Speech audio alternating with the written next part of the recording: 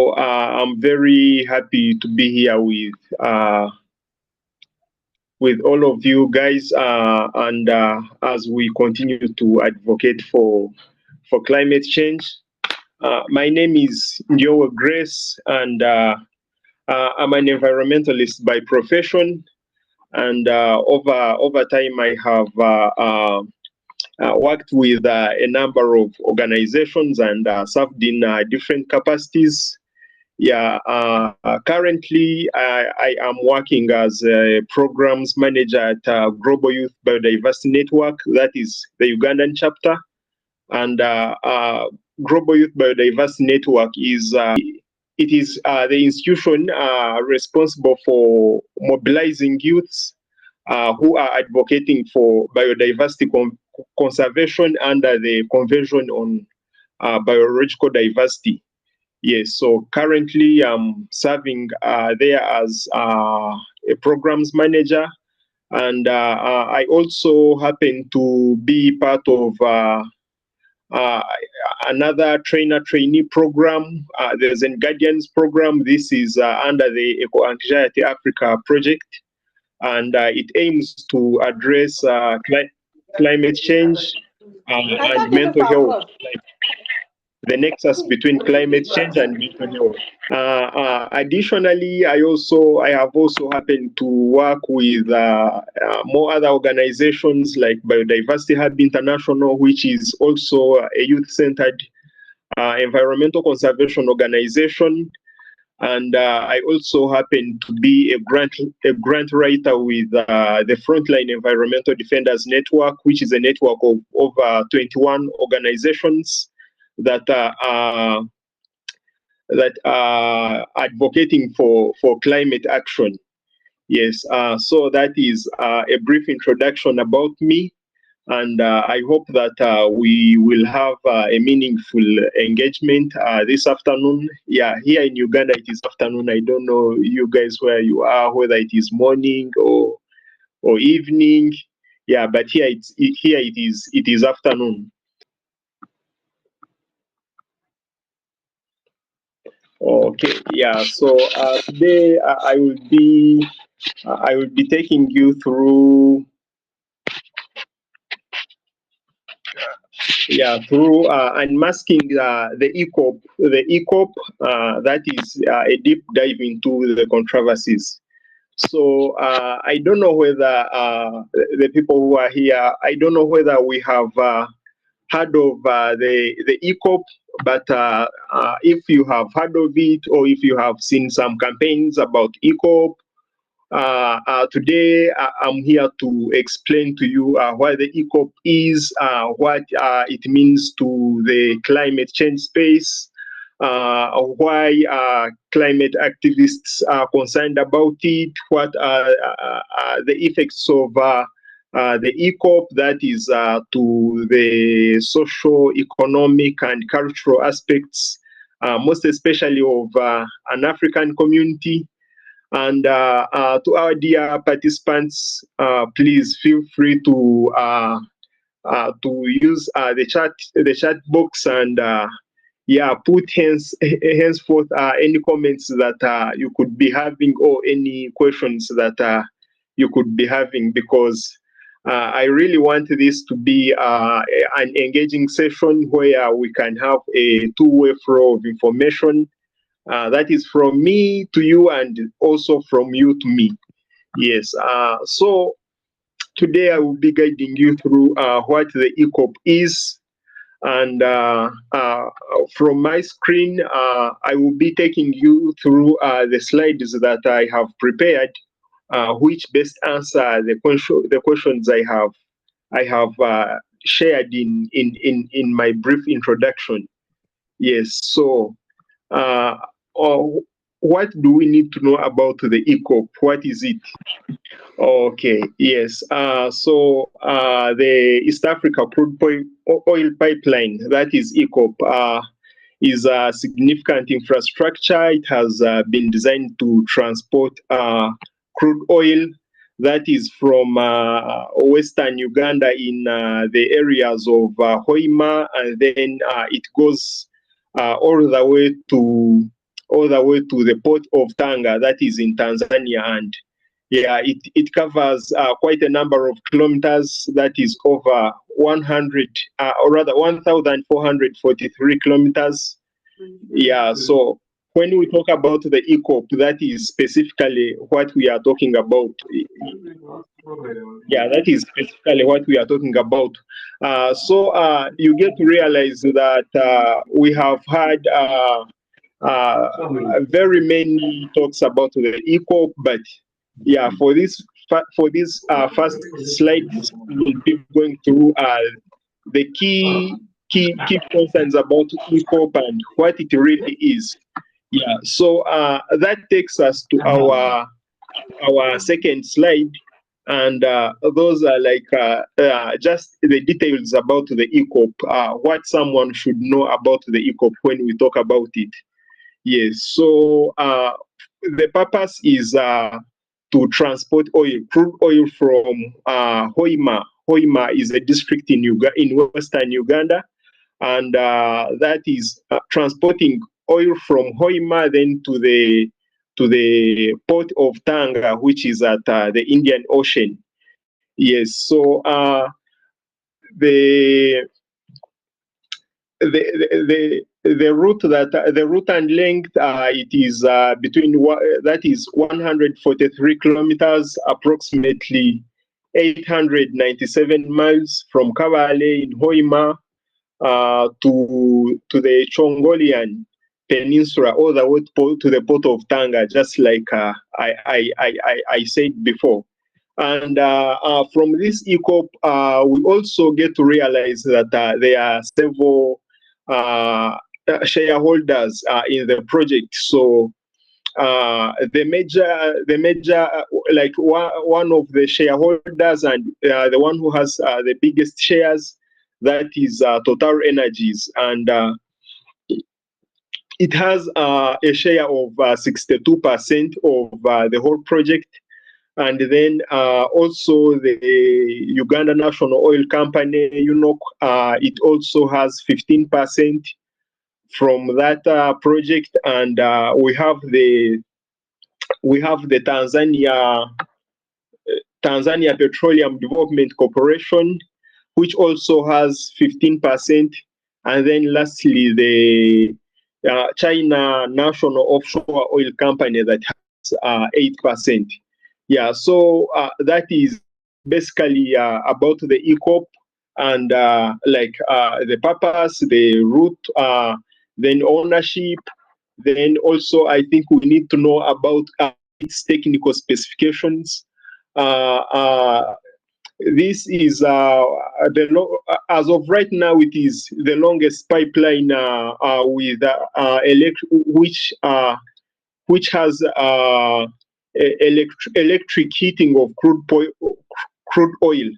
Yes, so from the information that we have, this heating is for enabling the oil to kind of melt and ensure a smooth flow. Yes, because the assumption is that the oil is waxy, so by heating, then that ensures a smooth flow. Yeah, so that is it basically about the details of the EACOP project. And yes, now I believe whenever you get to hear about someone or talking about the EACOP, then you can at least have an insight if you have not been having any knowledge about it.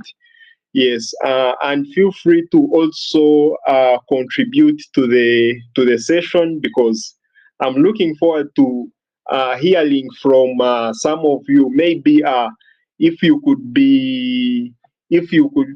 feel that something is missing out, or if you are having any other specific questions about the details of the EACOP, then you can feel free to ask either from the chat box, and then I will be very happy to answer that. Yes. So having known all this detail and what the EACOP is, the people who have their, rather the companies or institutions that have their shares, we now want to know, like, why should we as climate activists be concerned about EACOP as a project? And most especially, we are looking at this in an African perspective, because if we say that they are mining oil and the host country has their 15%, and then 62% by Total, which is foreign. What should this imply to us as climate activists? So this is our second kind of topic for this session. And if you do not mind, I would like to know, to hear from you first. I would like to hear from the audience first. What is it that, what is it, or like, why do you feel that as climate activists we should be concerned? Yeah, if you do not mind, please, one person or two before I continue.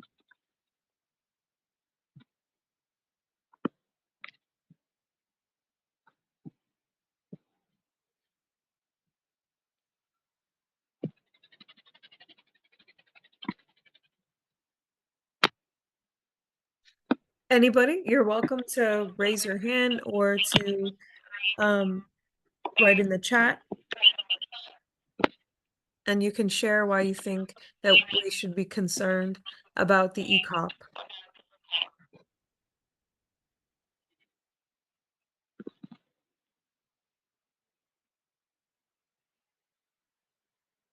Yeah, I see one talking about oil spills. That is Kopo. I'm not very good at the pronunciation, but I can see it's Kopo Joel. Yes. Okay, he's talking about oil spills. Anyone else?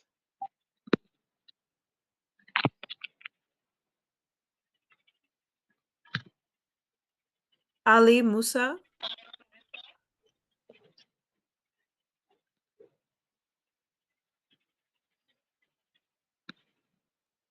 Ali, feel welcome to unmute and share your response.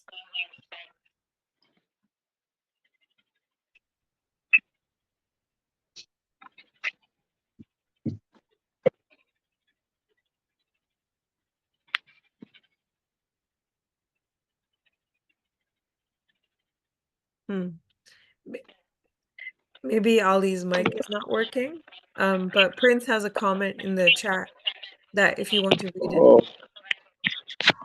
Okay, let me check it out. How are people talking about the story of the impact? That is also a good one. Yeah, it is also part of the reasons why we should be concerned about the EACOP. Yeah, talking about its impacts, that is to the people that live in, to the host communities, and also also to Uganda as a whole. Then we are looking at air emissions from ordained air emissions, greenhouse gases from vehicles and equipment during, I think he was trying to mean mining. Yeah, that is very good. It's very good to know all this.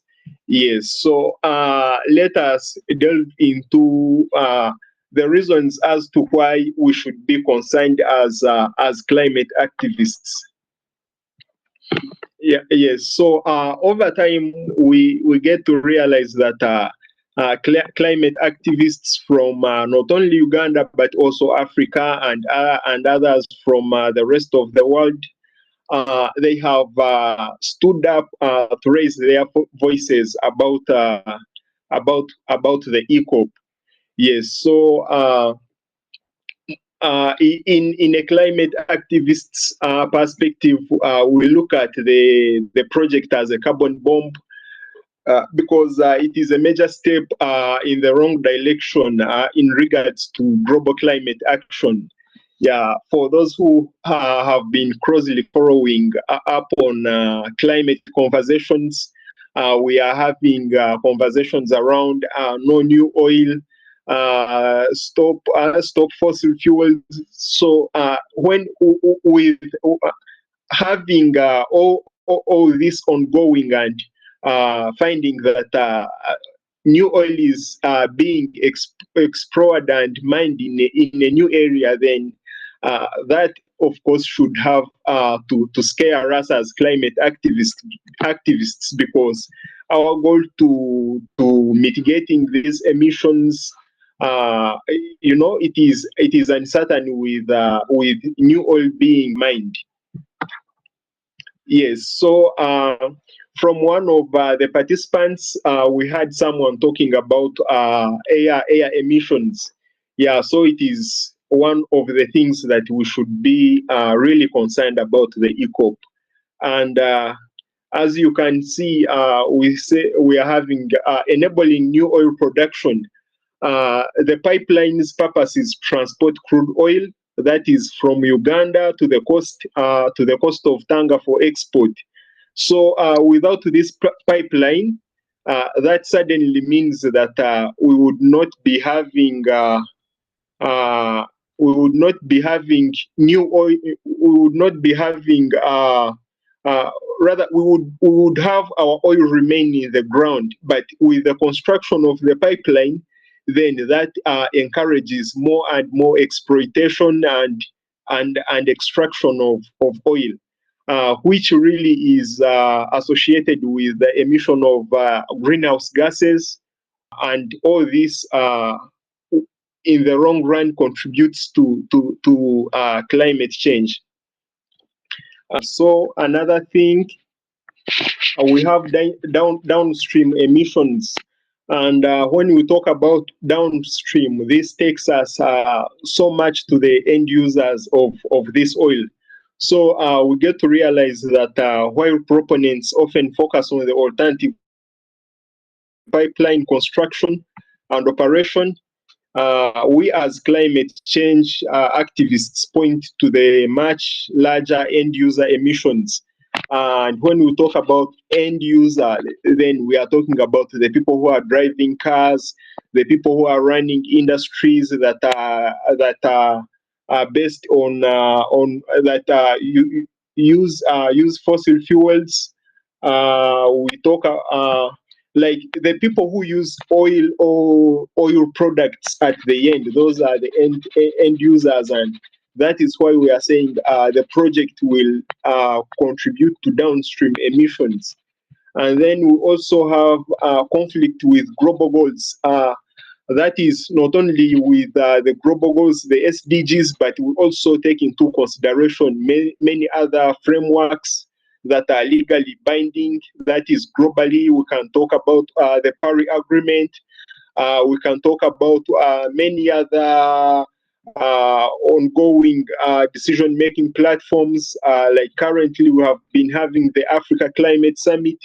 So when we are extracting new oil, then that means that we are conflict. It is more of a conflict with what we are advocating for at these other summits and conferences. So you find that this is also one of the key concerns about this climate, rather about EACOP, and it is one of the reasons as to why we should be concerned as climate activists. Apart from the massive carbon emissions, we also have something to do with environment and biodiversity risks. Yeah, to give a simple highlight, the Albertine region where the EACOP starts from is one of the best biodiversity hotspots in Uganda. And in that area, we have very many lakes, we have very many central reserve forests, we have very many national parks. So when we are having such projects being implemented or being executed in such an area, then we certainly cannot know we certainly cannot estimate like the impacts of that project on the ecosystems in that place, the wildlife that we are having there, because as we see from our concerns, we have protected areas. So the pipeline is planned to pass through or near numerous protected areas, including Maxon Falls, which is currently the biggest in Uganda, and various forest reserves. Yeah, so I was talking about the species that we are having in the place. We are having there the endangered chimpanzees. We are having there these African elephants, and it is not only that, but like the animal species that we are having in the place, they are just a whole lot, from the micro to the largest of the mammals that we are having on the African continent, and they are all being disrupted.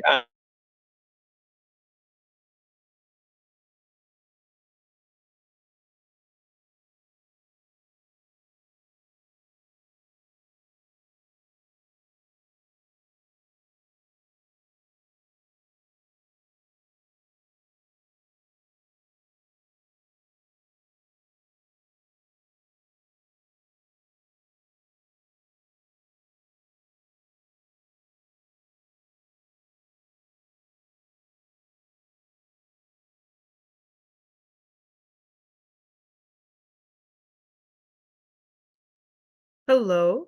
I think we'll just wait until um their video unfreezes.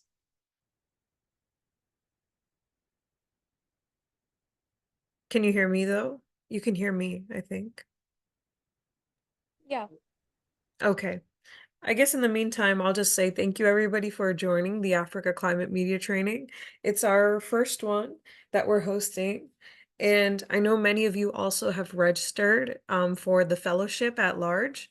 So if you have registered for the whole fellowship, at the end, you'll receive a certificate. You can join as many sessions as you'd like. There's not really a requirement for the number, because we understand the media training is long. It's both days, all day. So make sure you fill out that form if you would like a certificate. I'll reshare that in the chat. And then, let's see, does anybody have any questions so far about the fellowship program at large, or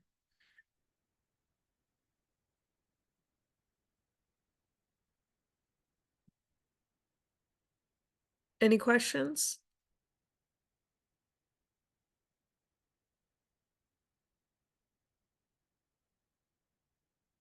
All right, no questions.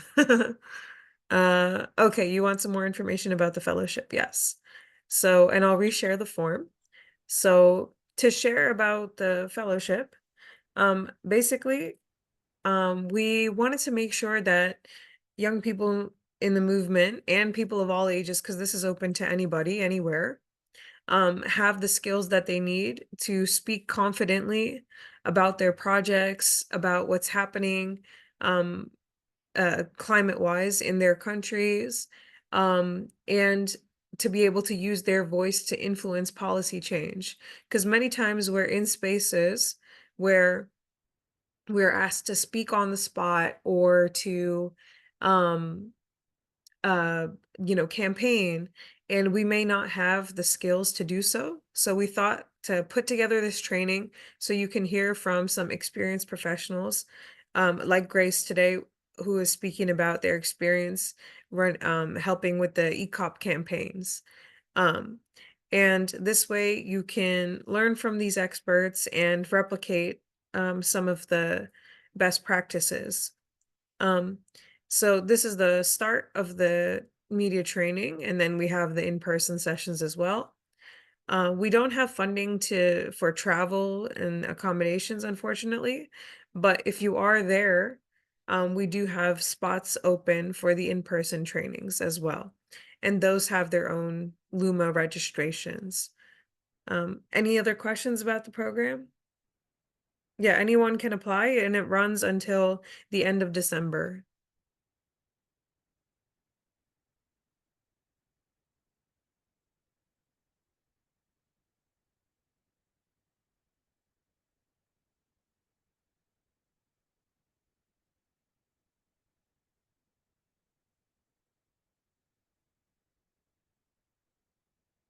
Yep, I will share the link again. Let's see. Grace, are you there?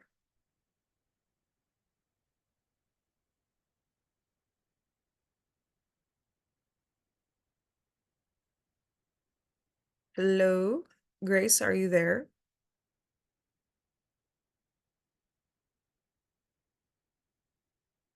Apologies, it looks like his internet is not working. Maybe. What's after the fellowship? Do you mind elaborating what you mean by that, Birahim?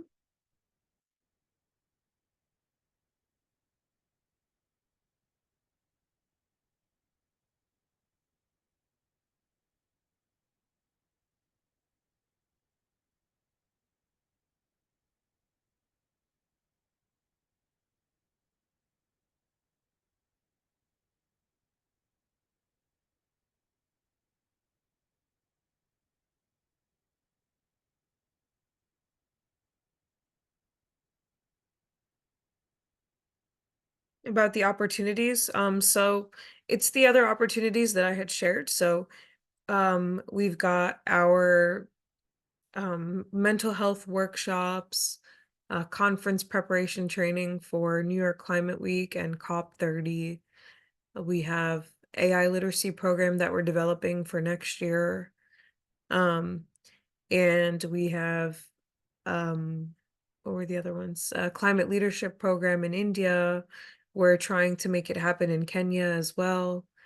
Then we're doing research on intergenerational governance models. We have a program to match people with affordable housing for COP. Okay, you're back. Perfect. Okay, sorry. I had like some kind of interruption and my internet suddenly went off. Yes, but let me continue from where I had stopped. Yes, no problem. Okay, so I was talking about the environmental and biodiversity risks. So I had told you about the chimpanzees that are threatened, and also many other species that are in the area. And then also another one of the uh, uh, one of one of the big going through the Lake Victoria Basin, which is currently the biggest freshwater uh, body in Africa. So the pipeline happens to cross the Victoria Basin.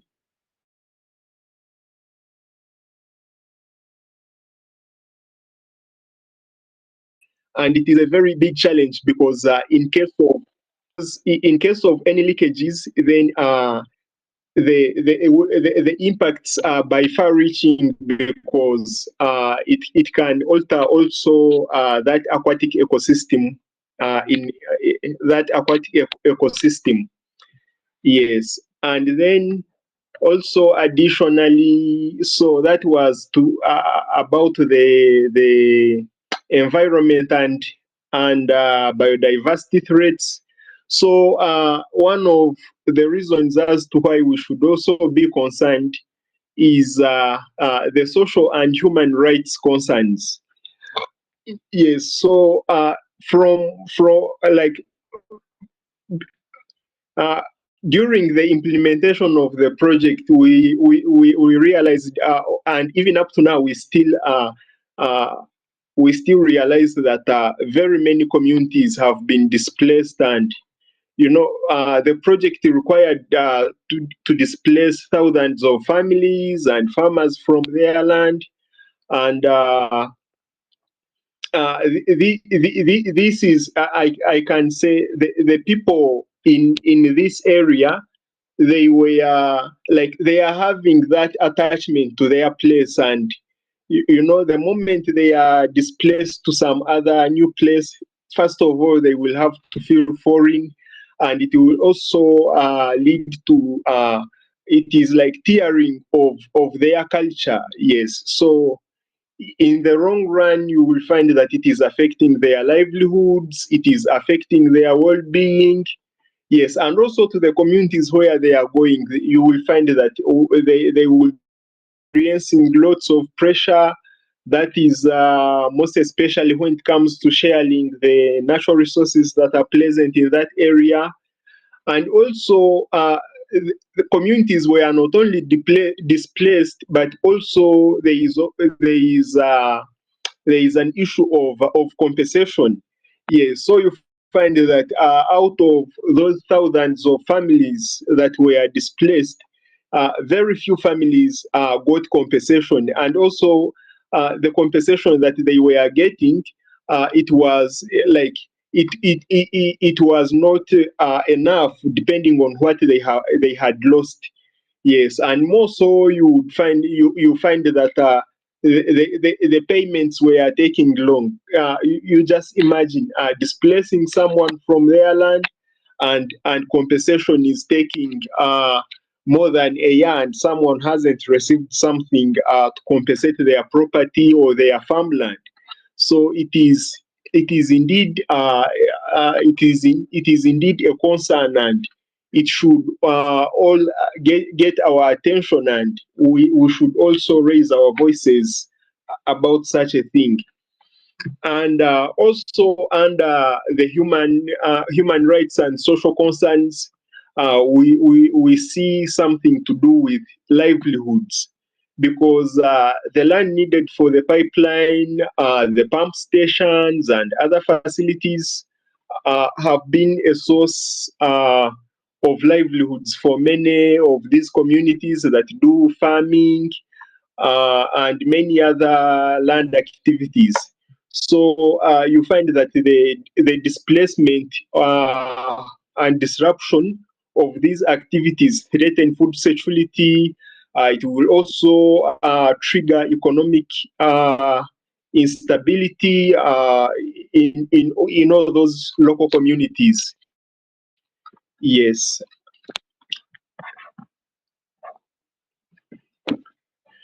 Yes. So that is it specifically for the reasons as to why we should be concerned about the EACOP as a project. Thank you. And I'm not sure if you're screen sharing, but we cannot see your screen.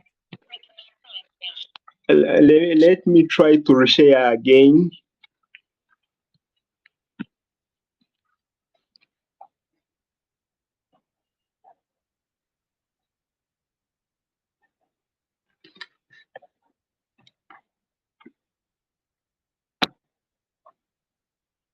Does anybody have any questions so far?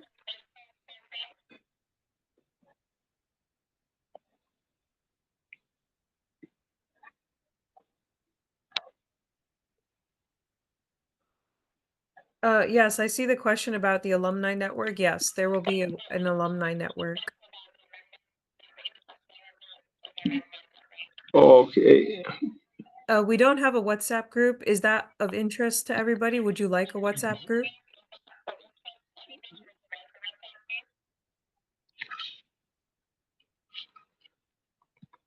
Yes? Okay. We'll make one for all the fellows. I see they are in need of one. Yes, we already have the YCC hub, and that has many WhatsApp groups, and we already have a WhatsApp group for media opportunities.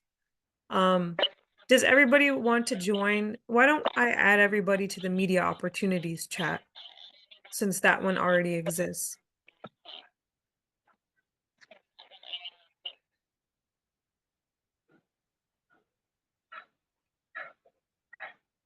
All right. And Grace, go ahead. Sorry about that. Yeah, yes. Hope you can see my screen now. Yes. Okay.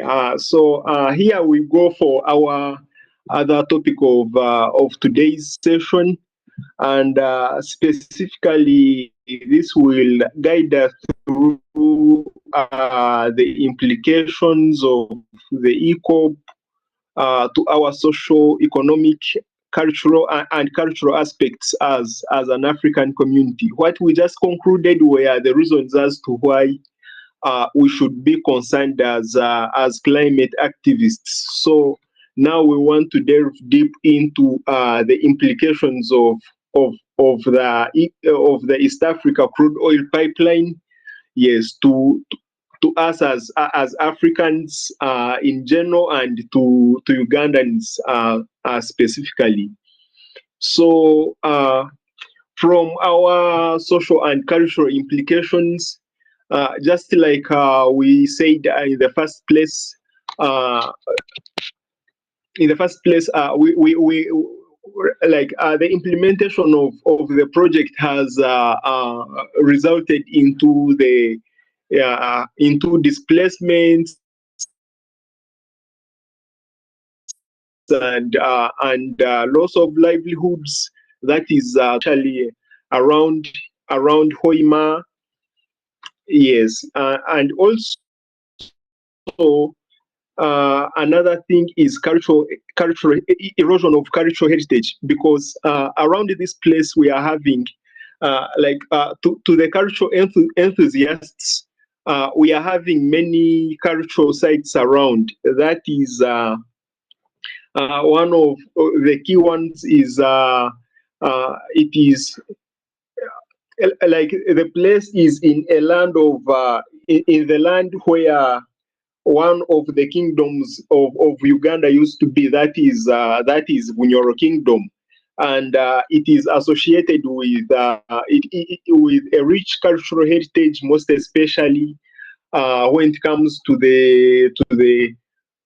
when it comes to the history. We had some people this side who lived, and they were believed to have supernatural powers. So they lived in that place, and people still attach something unique to their land, because they have been there for generations, and they have unique culture. They have a unique culture that identifies them. So at the moment they are displaced, then they are losing all this. Most especially, talk about the burial sites, talk about the shrines and other sacred forests. So by implementing the project in the area, you find that we are having the culture of those host communities being torn. Yes, and this is something we cannot take lightly, because it resonates with their aesthetics. Yes, and also we are also having a concern to do with human rights. So the project is linked to do with violations of human rights, and we have had some individuals and some organizations speak out. Like, to be specific, I can about the organizations. We have an organization called Afiego, and it works in that western part of Uganda. So they have filed law cases and lawsuits. And also one of the organizations that are very active when it comes to fighting for the human rights in regards to the project. We are having Fridays for Future Uganda, and it is also trying to speak out for the people whom at this point, at this time, we deem voiceless, because, well, they would like to express their opinions about the project, but they lack a space. So you find that is so much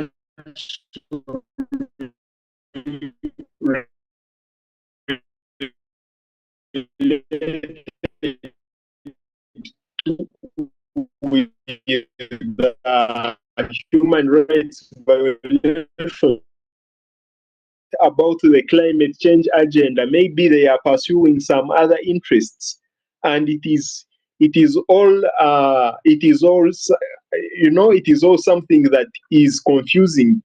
Yeah, then you also face intimidations. You find that when someone comes up and speak up, those people, you will find them experiencing anonymous calls and texts and trying to intimidate them not to speak about the project, but yet in actual sense they are trying to speak for the voices that are voiceless in this case, or they do not have, they lack a space for expressing their opinions. Yes, so that is also one of the social and cultural implications of the East Africa crude oil pipeline project. Yes, and that also takes us to the economic implications, because I tried to divide them into the social, economic, cultural, environmental. Yes, so as of the economic implications, we are having risk of stranded assets. Yes, that is due to the fact that the world is transitioning to renewable energy and to green energy. So the moment when we see such projects being brought up, then while we are also on the other hand advocating for green energies, then to us what it presents to us is that uh, when the green energies have taken stage, then these ones will be stranded, and in the long run, you find that it is a waste of resources. Yes, also the resource scarce, because very many people are targeting oil, both local and maybe that is both domestic and foreign. So you will find that it is triggering. In one way, it triggers corruption and or even social inequality, because you will find that a very few percentage of the people is benefiting from this. Yet, as oil as a resource is supposed to benefit everyone, like the whole nation. But when the resource scarce concept sets in, then you find that only a few people are benefiting from it. And these are people who are not even the host communities. They are people who are already well off. Yes, though as climate activists, we still do not, we still do not, we still do not want to see like the EACOP going on and mining this oil, because all it brings to us, it is just disaster and increased emissions, which will trigger more climate change related adversities. Yes, and also among the economic implications, we are having like foregoing green opportunities, because I can assure like the listeners that where the oil the pipeline is being constructed, there is a very big potential for renewable energy, that is most especially wind, because the area is abundant in terms of sunshine. Even the winds that there are also strong winds in the region, which could maybe allow us for installing equipments for wind energy, because that would be better. That is to the wild animals that are in the place, to our soils, to our lands, to our water bodies. Yes, but you find that mining of new oil comes along with very many challenges. So I'm trying to sum up with the implications.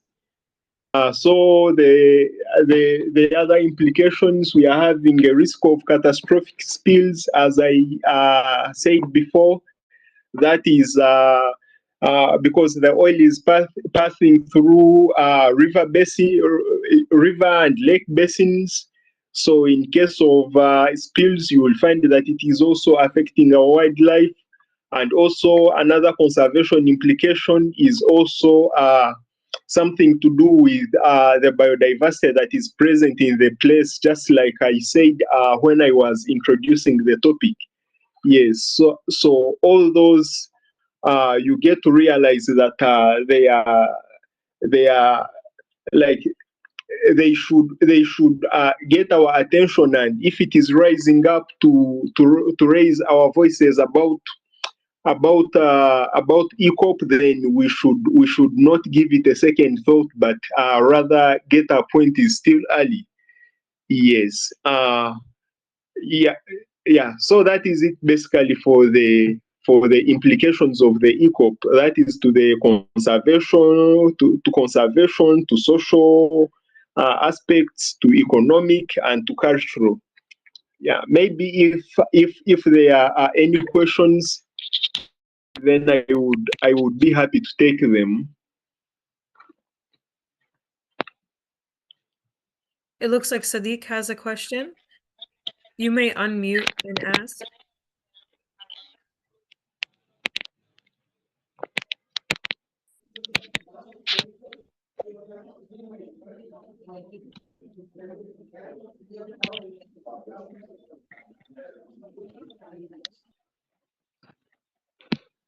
Maybe not, but I have a question for you. What got you interested in starting with the EACOP campaign, and what were the most successful parts of the campaign? Yes, so what motivated you to get involved personally? How come you decided I'm going to spend my time working on the EACOP campaign? Oh, thank you. What strongly motivated me was actually my field of study, that is environmental science. Yes. So when I go to when I acquired more knowledge about what could be the effects of such a project, and also read about what is transpiring in other regions of the world, that is most especially to do with oil projects. I felt I should develop a niche in that area, and also not and also what strongly motivated me was like the love for nature. I'm someone who loves nature so much, and uh, whenever there is whenever I find that something is threatening, then I have to raise up and I have to extend my voice to it. Yes, and then also over time, having engaged with fellow climate activists and uh, meeting with like-minded individuals, this has strongly motivated me to keep going and advocating for climate action, and specifically the EACOP project, or rather the Stop EACOP campaign. Thank you. Sadiq, do you want to try again? Yes. Hello, good afternoon, everybody. Good So afternoon. my name is Sadiq from Nigeria. So I need to say something about the climate change in Nigeria. The processing issue in Nigeria within the country is been one of the top 25 highest greenhouse gas emitters globally contributed about 0.8% of the total emission in Nigerian climate. So we have a barrier and the impact in Nigeria about the climate, especially in northern Nigeria. The environmental, first, let me talk about the environmental impact of the rising temperature and the changing, like rainfall, leading, uh, and disaster, mostly increasing the risks of waterborne diseases and malaria. Due to the as in high rainfall, sometimes high rainfall cause like some diseases, especially malaria. It causes a losing of young boys, child, other things. And we have the social impact, we have economic impact. For example, like economic impact, damaging and the loss of economic opportunities and increasing poverty. So this is what I'm supposed to say about this information. Thank you. Go ahead, Grace.